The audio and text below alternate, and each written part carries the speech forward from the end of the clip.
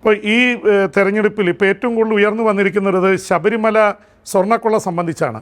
താങ്കൾ തന്നെ ഇപ്പോൾ പറഞ്ഞിട്ടുണ്ട്, അതിൽ മുഖ്യമന്ത്രി മൗനം പാലിക്കുന്നു. 2 മുൻ ദേവസ്വം പ്രസിഡന്റുമാർ പൊളിറ്റിക്കൽ നോമിനേഷനാണ്, അവരെ അറസ്റ്റ് ചെയ്തിരിക്കുന്നു.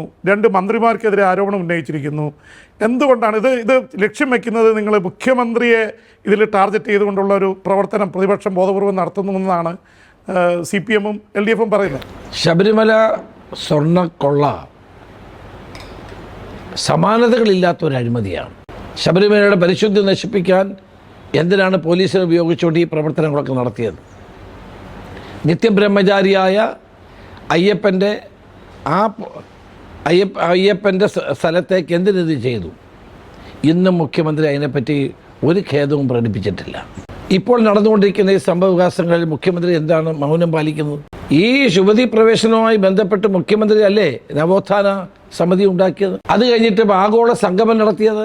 അപ്പോൾ ഇതെല്ലാം നമ്മൾ പരിശോധിച്ച് നോക്കുമ്പോൾ ശബരിമലയ്ക്കെതിരായ ഒരു ഗൂഢാലോചന CPM-ൻ്റെ ഭാഗത്തു നിന്ന് നടക്കുന്നു എന്ന് വളരെ വ്യക്തമാണ്. ഇത് ഗൂഢാലോചനയാണോ പിടിപ്പുകേടാണോ? 10 വർഷത്തിനിടയിൽ 3 ദേവസ്വം ബോർഡ് മന്ത്രിമാരുണ്ടായി, 2 ദേവസ്വം ബോർഡ് പ്രസിഡന്റുമാരുണ്ടായി. 2 പേരും ഇപ്പോൾ ജയിലിൽ പോയല്ലോ. ഇതാരാണ് ഈ അഴിമതിയുടെ പിന്നിലുള്ളത്? ദേവസ്വം ബോർഡ് പ്രസിഡന്റുമാർ, ദേവസ്വം മന്ത്രിമാർ, ദേവസ്വത്തിലെ പ്രധാന ഉദ്യോഗസ്ഥന്മാർ.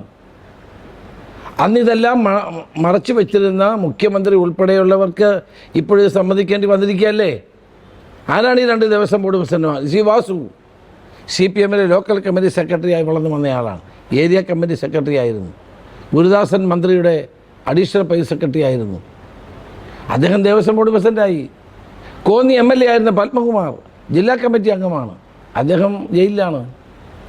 CPM-ഉമായിട്ട് ബന്ധമുള്ള ദേവസ്വം ബോർഡ് ഉദ്യോഗസ്ഥന്മാരാണ് ഇപ്പോൾ ജയിലിൽ കഴിയുന്നത്. അപ്പോൾ ഇതിൻ്റെ പിന്നിൽ ഇവർ മാത്രമല്ല, മന്ത്രിമാരുടെ പങ്കുണ്ട്.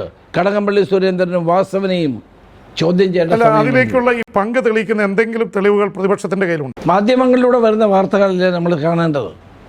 പത്മകുമാറിനെ അറസ്റ്റ് ചെയ്യുമെന്ന് നമ്മളെല്ലാവരും പറഞ്ഞു, പക്ഷെ അന്ന് CPM അതിനെ നിഷേധിച്ചു. ഇപ്പോൾ അംഗീകരിക്കപ്പെട്ടില്ലേ? ലോകത്തെവിടെയായാലും ഏത് സമയത്തും 24 വാർത്തകളും ഓഗ്മെന്റഡ് റിയാലിറ്റി പാക്കേജുകളും എക്സ്പ്ലെയിനറുകളും വിശദമായി കാണാൻ ഞങ്ങളുടെ YouTube ചാനൽ നിങ്ങൾക്ക് സബ്സ്ക്രൈബ് ചെയ്യാം.